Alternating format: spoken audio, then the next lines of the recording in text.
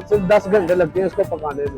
दलिया, गरम मसाले, दालें सब मिक्स डाल के तो फिर ये बन रहा है।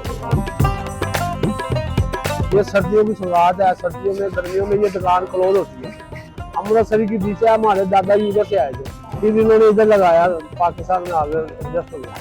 उन्होंने माशाल्लाह 50 साल 60 साल काम किया। उसके बाद उसके बेटे आ गए, बेटों के बाद हम आ गए, उसके बेटे आ गए। हम खुद भी लोग बनाते हैं, हमारी घर की डिश है, बाहर का कारीगर कोई भी नहीं बनाता। कारीगर सिर्फ तड़का ही लगाते हैं बस।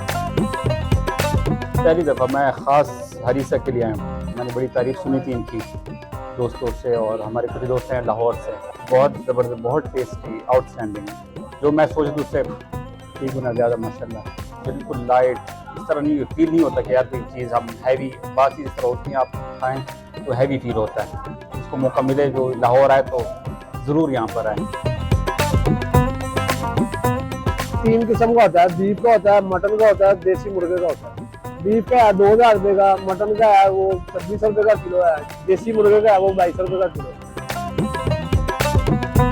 इनका टेस्ट जो है वो सबसे बेस्ट है, और जब भी आए हैं वैसा ही टेस्ट पाया जिस तरह पहले खाया था। ये देसी घी में तड़का लगा के ये बनाते हैं, जिससे जो है इसका जो टेस्ट है वो डबल हो जाता है। इनका मटन हरीसा सबसे बेस्ट है।